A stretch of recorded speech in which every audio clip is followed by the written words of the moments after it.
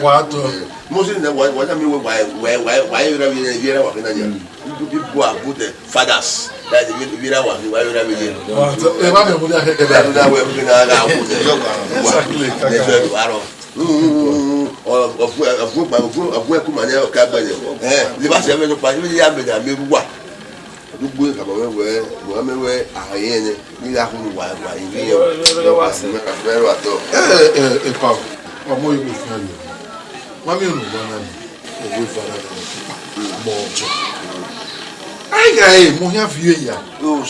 carry the two us. Yeah, internet. Oh, come in. When you go to church, okay? Oh, yeah, you go free no. I used to go as well. You go free no. You will not go carry two us. Me no carry na who do one there. Me guy no go the way. My guy. You are come with. You go for front. Ah, we tell you man. Everyone will make up who are. Everyone will not go one. Why did I do?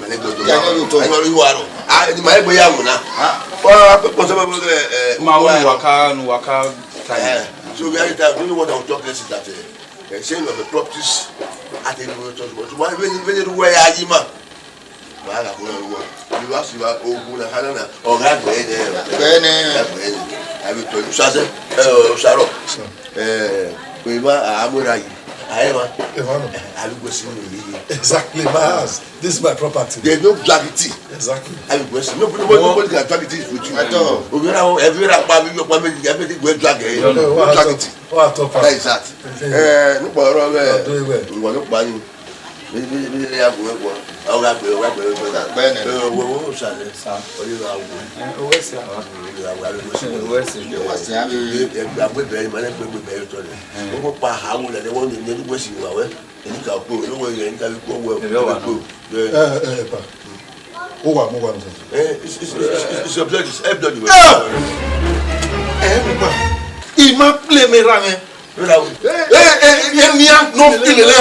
Bastard very stupid. Oh, my taking what's the man about? Mama, who is it?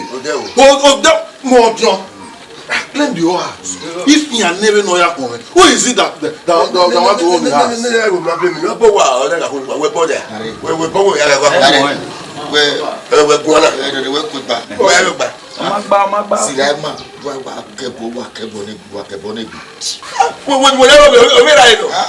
After you is the names of king to you. We want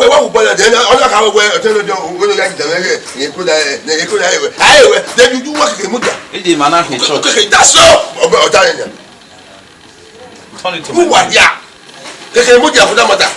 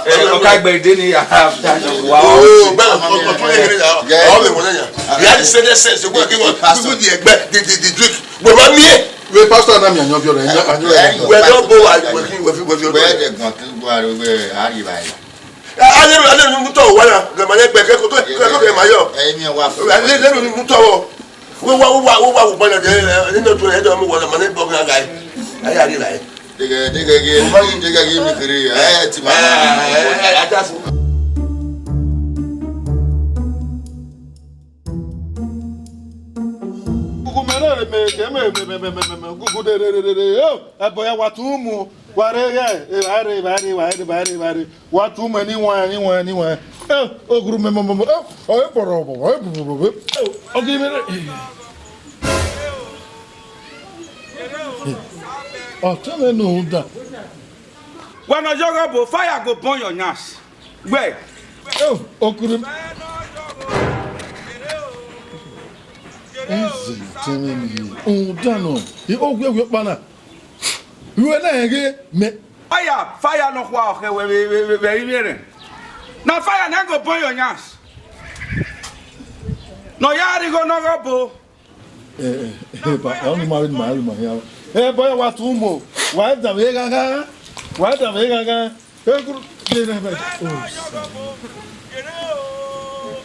Ogun agbo teme na yo ma o. Ogun agbe yo ma o. O gbe pana. What okay, why can't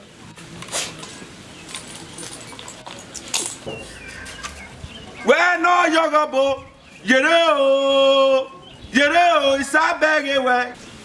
Epa, edi. Ona apungbe.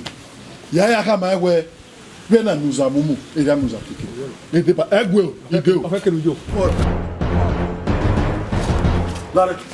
O gbe wa. Isa sa la. O gbe wa gwa ni. O gbe ma give him a customer. No want to disturb him. O gbe we there o gbe pana. So, go gbe na. Oh, January one and we see one. Eja. We may go Ogiana. Me ya me customer. Ma to ya give me. Say one mu ekidia. What can we? Say one mu ekidia. One mu na una dia. O, Benin Movie. De agbe ika porunye no money. Ike ya mu egbe ni aya so anwe ni na me bubu. Every time we wa. Say. Iga ka musego. Iga ka musego say. Say iga ka musego. Ite no. Ya ha ma we. Obo ya mi rin yo how did you know? We are not say bobo. When on your go fire go burn your yams. Where? Wa ga osabo agugwa. Unu aya bo sabo ade wa your go erekewe.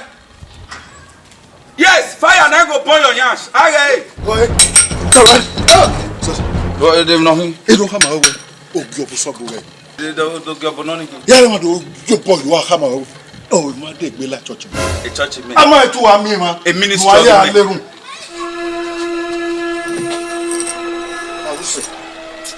will say. When you time. They no time. Why they be me man church? Iye we. E go dey gbe like church ni. Mo any kind of man je wa gbe wa. We ba bo lawe gbe. Iba bo. Okay. David kere we no kun gbo e. I'm a man of God in my like me at here, but sorry. Now. Why beg my way back ma. La wo egu me ta me wo. I won't hear fit pastor. Iga once as we are why we are me away fake pastor. My way back be man. My way back be man. Then we did na obo no any gbe we marking. We me no bania. No we how bad to work. We me no ba. My bag be man. So they are respected me. Do a kiwe yari and me will give me yari. Nobody want. Hey! O wa se me ayo boa. Ono wa tule mo ade dia. Ite wa bonu ane gbewu. Ime gbe obonu ma ane gbewu. Ibe ni ka ba we. Isoy. Bring don one you. Iwe le allow. Ya me ya we ni. De renu anwaro yo. When no you we pan you wa we na ari ogo but na fire go burn your leg.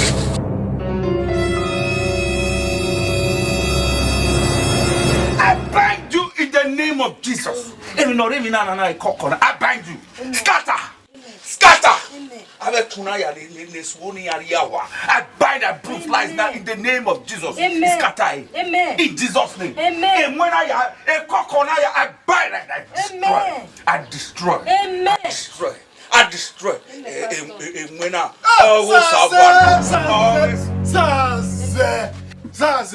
Eri waya leru no kwa.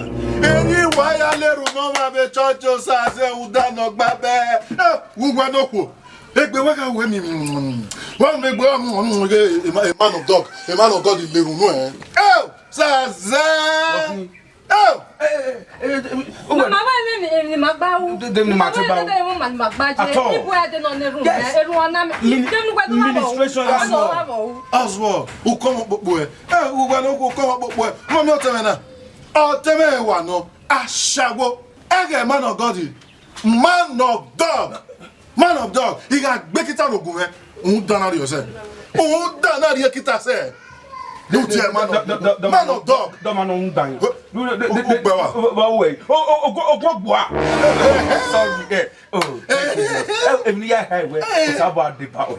Lord will bless you. What ben look balo? Saze. Igewe. Biakale gege mu bia. Wa me look balo. The Lord be with you. Man of dog. Man of dog. I beg you to go on board your ass. They don't move it. It's a boy. Oh, boy, Baba, boy. Where are they? Where are they? Baba, oh, Baba, boy. Oh, what are you? Yeah, ministry. Yeah, go when I will destroy this house. Yeah, ministry. No,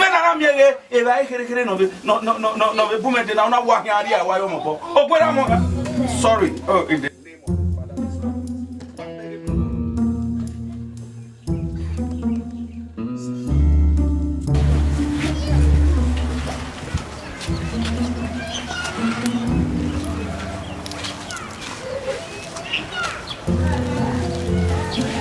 Sarah, this way. Saluban.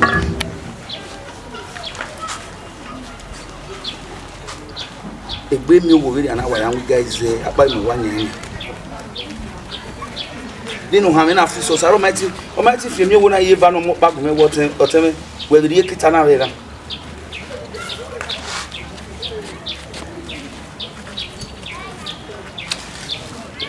Oh, God, I have one guy. One guy.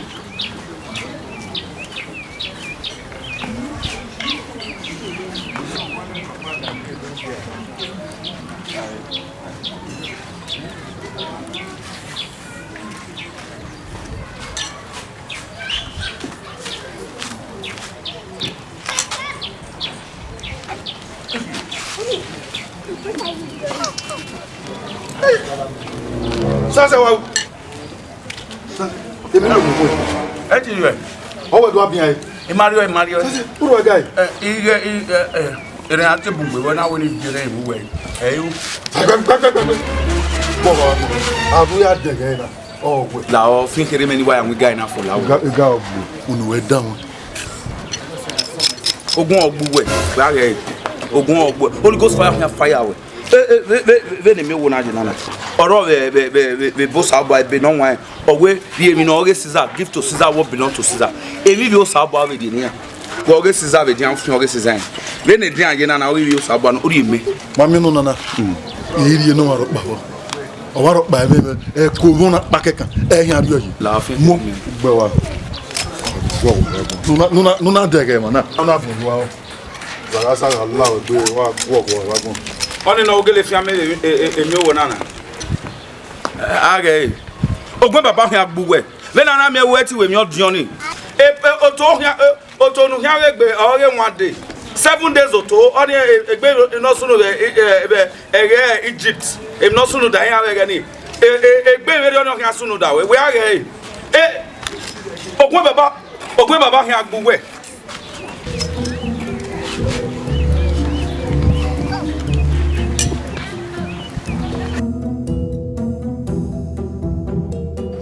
Praise the Lord. Hallelujah. Praise the Lord. Hallelujah.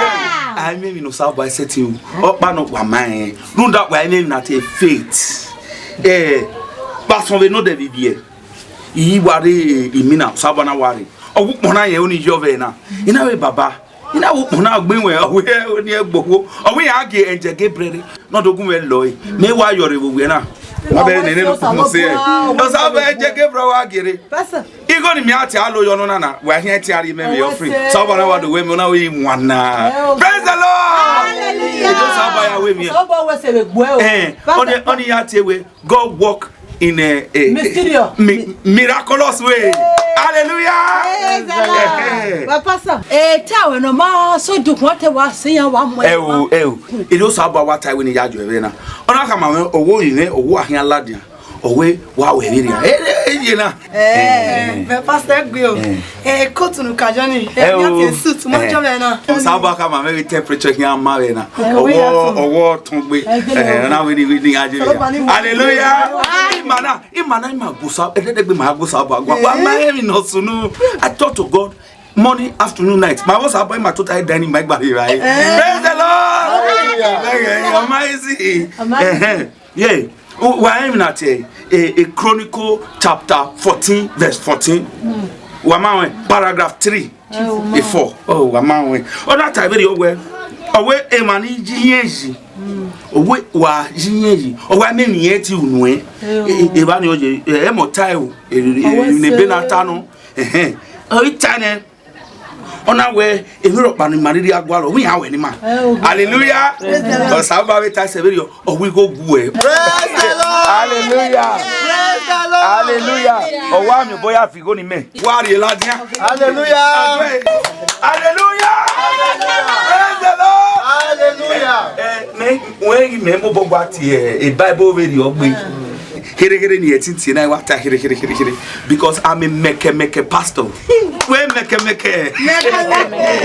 good eh iwa fe ko temi be no je be hin ayata mo wa now eh o sabo le be na ona ka video e be na o me no je de ogita owe e vai so ro we be no wan iya na me go no bu owe ohun sagire ona gun agwa we ni yare go ladian ni yare go no sa yana we go gun ya e o sa bona gbelin ayawa o wa gbelin ayawa ni ohu pana do ladian we oni na ha we baba e go gwe me e o sa ba we go so mana re ta iya ati wa gbo e bai oni opa o sa ba simi we o ma gbo ni wa run down na do ri go ladian o heke emi no heke no ma wo igo aga gwe eya stingy uri no saubwa ri oge ke no je nata mo wana mo tayo e mana je we be no wan pastor de e be no kunu wetie na de ke no je we babo kini agbon yi ore ke na te indis pastor how do mama ke na te indis kabo every time let's no je na every time oh ma we la down be ni bible taba e o so ba hin aso po re yo ya so praise the Lord wari go la dia uni go na go ni mare la dia na uni go bible we be no bo we say de o me 1000 una we 500 o me wo ni e wa go so ba baba we mi ga do ni ma si la si wani ma praise the Lord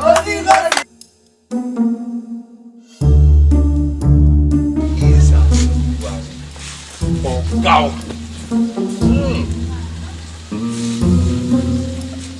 Daniel, yeah, me ordinary one deliverance me out. Yeah, the neru say, you go no lele ladia. Although erunina uhiya to understand because when imagine, if you no sabaya jopia, uja men, you go go. You go na go. You can't understand. Oh yeah. Again. Guys, you go be man.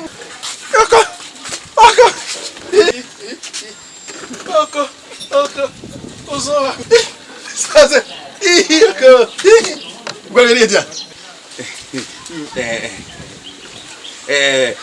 Yes, di ma. Unda Ameda mi o gbona be akaro sa. Na ri ma. Ona yin ata we e pastor doyo. Idoyo. Pastor. Pastor we In a way. Na ya ri me. Madam, la here pepper soup wo go pa me. The man of answer. We no here. Me I trust you when I me go when. Me. Hey, in that any Okay, Oma. No really pepper soup no. No really be opa. Madam, here pepper soup no go tai. He then way. He me go ni lone, you are a pagan. Sasa, budwa una ma jebe. Yeah, sasa. U dogo, u danyo, e vano hu, sumo sta. Ona dagu we ha. Do pokpa no tun. O pakeka. E sange we. Wa boto. Sasa go me. What tell me you are born by mistake. A mistake we him. Sasa, you will not make it. U ja karo sabo you sasa. Sasa. Sister, tell me no. Man of God, the pastor no. Ubege we no tanana. Even a Bible ties a video, or we take a little for the stomach's sake. Oh yeah, mengo. Oh no, we nada have a pastor. Yeah, a pastor him. Eh, do no one ba me imagine. E dia ya magba me. E dia na ye na. E dia. opana. Esi lokoro du numbwana eme. Esi lokoro de we ke esi lokoro de adio pama even no here. Ana we na gbode na tewata. We wanna put on. O my go book.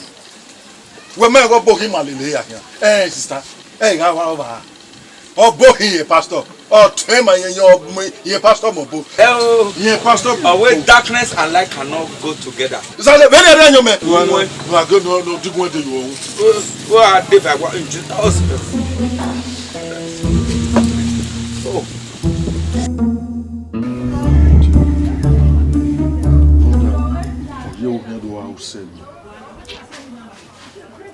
So I say, man, where my agreement? Man, that time, man, I'm all up where Sunday, Wednesday, Friday. Okay, I will service. Very soon. One day, me not do Saturday, Monday, Yes. Whenever there your knee, ya do ya me. There on me, Muboka Kaboya, we name, ya says, ya fear, name. So I say, what's it? You do here where Omu, yes. We were here 4 days here, we were a week. We walk by 1 and 4 days. And I do now a Saturday, yes, Saturday, Monday. And I here by my bad. Yes. So I say, you define my trouble. Ogwale no wrong, no abugwale ni here well, so I say, Egwe gi mwe evani do age mi bo me bi agate. But they don't do have your buy any. The customer here got it. Ekwe amu. Here got it. Buru, gogbo, the praise hallelujah, ke money ke no sabo aye. Hallelujah. Ekwe do amu ya. Very me Jonathan. Wa ge no we hanania. Ave customer we o makame kanya wo loko me. O makame kanya customer we runda ogi me e hoso meji. E hoso e waye me hia ti aro ni awe ni do aye asrenti. Inu mamene no wa. Ni aya ari bai ono na e hoso me wana. On a market ground. Hi. Sazeruta. Rita say. Sazeru mi ayagma ye na. Eri what I say. Mugbe. Mami e man mi aso pe na. Mugbe no ya gbelele. Ya wa gbe yo in Jesus name. Hallelujah. Saze mugbe no ya gbelele o. Hallelujah pan. Wa izegbe egbe awo gbe. Mama. O ana o. Iwe agbe yo in Jesus name. Ya wa gbe yo. Wa ji e. Me even no na do ya ultimate no do is. O baba uwa ge ma ya be imi umai me ma no ari areas odion we no do die me bagbon na do ri egwe na do ri me as senior brother me mo very abe na mo aga ni atuta we o ma do gun aga ni member si melu na we mu no bo me we nu gbe wa gbon o ge me abu me atama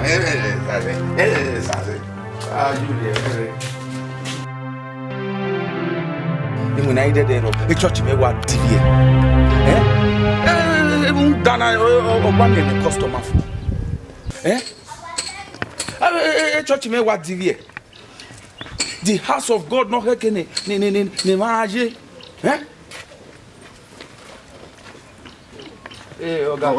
Koyo. Do manu gwalo. Egwale obo ade look for. Oni Osaro Nobo. The Ogudugu of this area. But you know amo. Egwa no na what is a fake no na fake. Yes, a fake no. Gay, etino ya win amori ene. Yes, mo wari ene. Then me we gona. Me Miss Blood when at a Caucasian Caucasian wa hu. Pastor and prophet moba in one. Etigwe. Oh, tell me, you know, man, not to go with so. Hey, a little wobble. Even though I only yet when. Yes. Are you sure? It went a Obomona Uwadiae. Yet when we Levaseva, Ukia de Kita, Udewe, Uboho, Ubobo, baby. The only thing you have to do are a tithe and offering. You serious? Are you serious? When they make I'm serious. I'm not serious. No, I serious. Wait. If I'm not serious, where to go? Where man will heaven? I want to go heaven. I want to see God. You want to make heaven? Yes. Then follow me. Link in Ross, now I want to start your church. Larry ni ma we. Ekele mi na na meje. Hi. So there are no salon about that.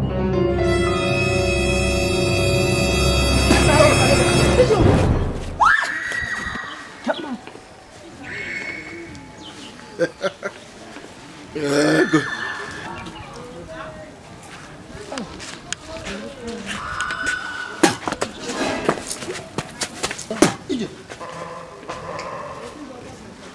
Emil.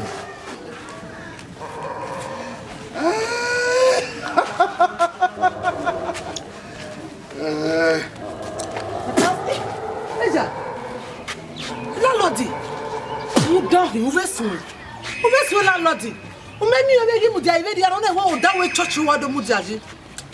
You do want to have boy. Yeah, when you go church na imam no yare ni. No de mu kan no down who down. You your wo digi. E bona mi landlord down.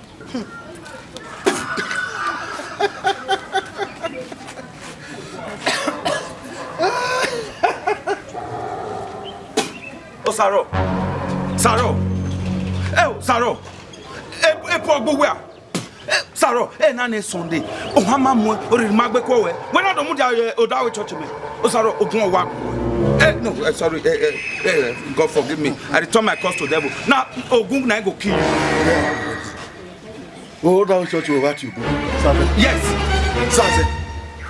Odugo hin agbo e. O hin agbe generation we ya fe. Digu. Saze, he dey pay. Back to sender. Saze dey pay. Back to sender. He dey pay abi? He dey pay. Yes, he dey pay you. He dey sweet me. As he dey pay you. He dey sweet. So Obalo. Agaga agbo uno gbabe. Oh hin agbo e. O Saro. Na ne Sunday na nya iri ami e kekere. Uma iwe ma mi umakwe ge baba no re nyo hin agbo e. Baba no re mi ogun baba ni. Oh hin afian yo to. Yes. On pa ha egbo we sapana agbo yi keku. Again. Sorry. I beg you. Everything. Pastor, what is that for you now? Now, demon, when I don't know, I got a trap and put for my church. Now, front of my church is they fly the corner. I got catch her. I want bind her. I scatter you now. I bind you. Zaza Allah be. E ma mi roba. Me. O ke ma la mi be. Gbogbo do kan here. I band you. Where ba gbogbo sir. We no lo mare. Ni sango me no zolo wo do di. Wa gbo ati wa tu gbo iwu no. Idiot of Uwadiae. Ozu no lo mare. Pastor, with all your prayer and kabashing, you waka fire no burn am. All this kind of demon fire not they burn them. Now this one that they call household demon. Household demon. Yes, household. They not the fire not the quick action, but the fire when one burner, he did all the way for them. Now so it be more go church.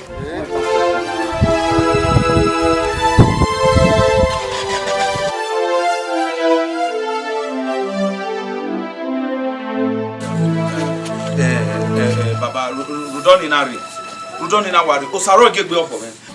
Osaro ma get ministry men move forward. Osaro work is not kaigele lele. Anything, yes, anything in the how ministry men. Osaro wa do the body I and now when he boo ya. No that in my way. In fact, Osaro wa una or wa beg a customer mary in our church. Was also a belega we church valley. If I went a ministry man and Edoria, Runda, Ige offering or Levalaja, a very old web, and now we need to come out when Nakamusaro or Igwe. When you were free, what I could not have. You never done. I hold you on the way. You go down the way you wear. Where would he get? What would he get? Only me come when I Irame no quite good. What am I when or good? Ave you cover ya no good. No, you in fact, you go away a king. Yes, what a good a pound when gave me or market jerko qua, and now we no need the ayaka. In a very where. Okay, no sorrow, no regret, don't know ya. Go ahead, oh, boy, no boy.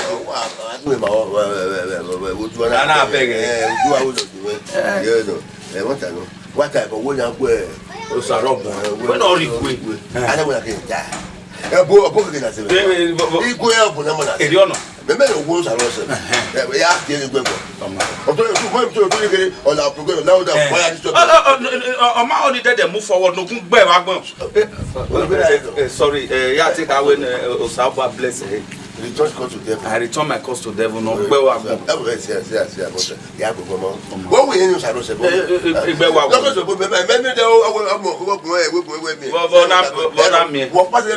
Yes, because I'm spiritually gifted. I want to back. No, you go to good. I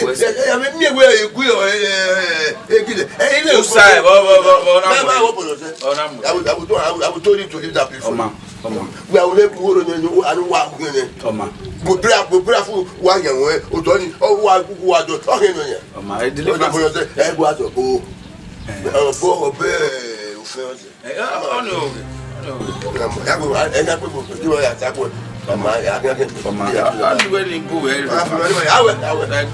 will do it for you. I'm spiritually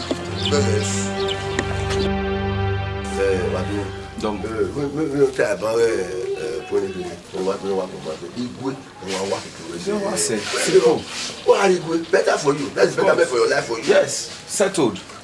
What's in heaven? That's better. Go village, come for yes. Yes. If you work against Igwe or Hekewe, when you're both to there, Ave or Boyan me, Igwe Yaji. Yes, they're in the bush. Cannot have a body who war.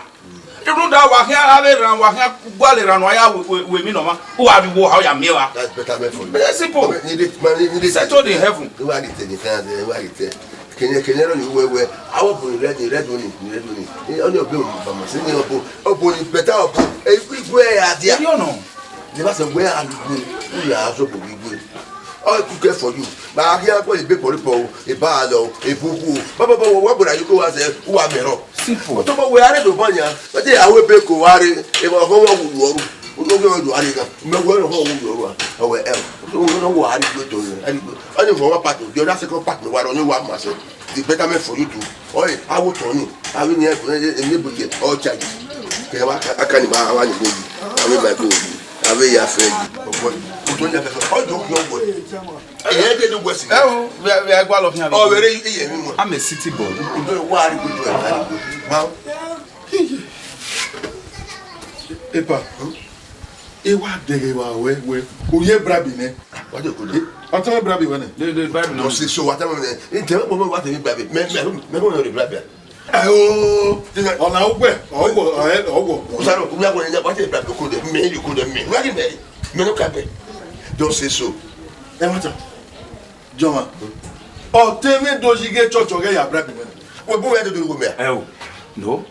It didn't get to it now. I want to go. I'm a man of God, my bravo man. Oh, wana. Why? Opani atama wewe. O wana mepa wori. Don't want that by one re. O sazen. I beg you. O sazen de pa. Mama. Eh? Joma. Emi ogo ni vionu eni. Labugo. Ya vie me. Well, emi ogo na kan ni viogbo enu ya go giga ba fafa ni. Do ya vie me o. O saro.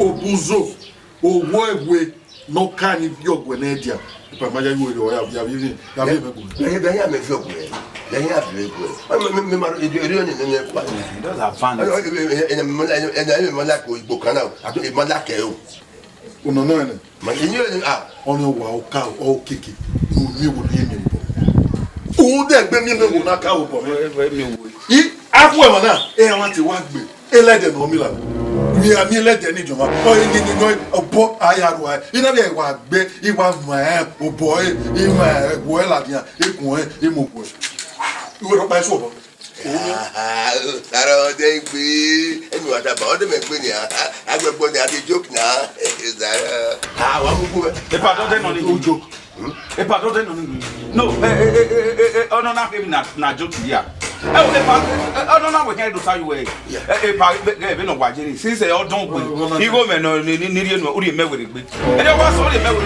e pa we value me wo say igo ah ma geruje Uwadiae. If I were Sadamo Saro, if I were what me work where? What do family were? And you are for that.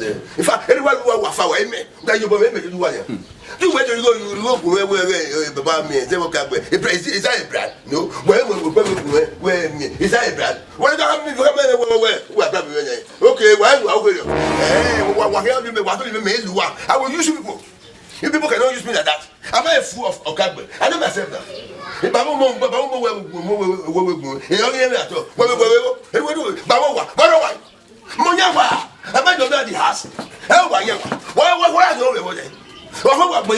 kill yourself. And then once you read about why what you are, what you think, Killa, the woman, I must take it. Then I will. The house said, no, that one or what will they go? Could have said, why? Everybody here. Not the crazy. I don't listen myself. I go play on that road. I'll play on that. What? If I go to my place again, come to me say, that's what I plan. I want to don't know the crazy. Oh, one man. What does you? What you are? Go bury for very grand, idiot. Put that for inside where they put your property. Idiot. Wow. Wow, boy, who are the crazy? Where the mad? People, killer.